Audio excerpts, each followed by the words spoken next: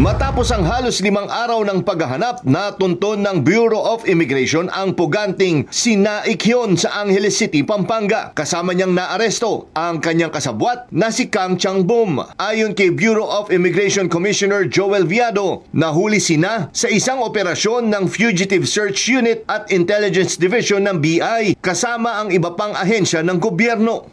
We are announcing the rearrest of South Korean fugitive Na Ik-hyun. Verification with the Korean National Police Agency also revealed that Kang is also a fugitive wanted in Korea for fraud.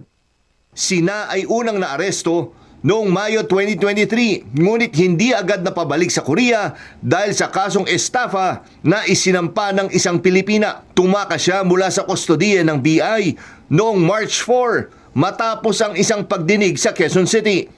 Actually, na-establish na po namin, ma'am, na hindi sa CR po. Lumabas po siya ng building ng Office of the City Prosecutor ng Quezon City kasama ang mga tauhan ng BI at sumakay sa isang BI vehicle. Ayon sa BI, parehong ililipat si Na at Kang sa Camp Bagong Diwa sa Taguig City.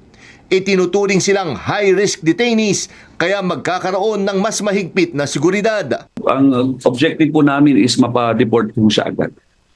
Samantala, 2 contractual personnel ng BI ang agad na tinanggal sa serbisyo, habang isang permanent employee ang sinibak ng Department of Justice.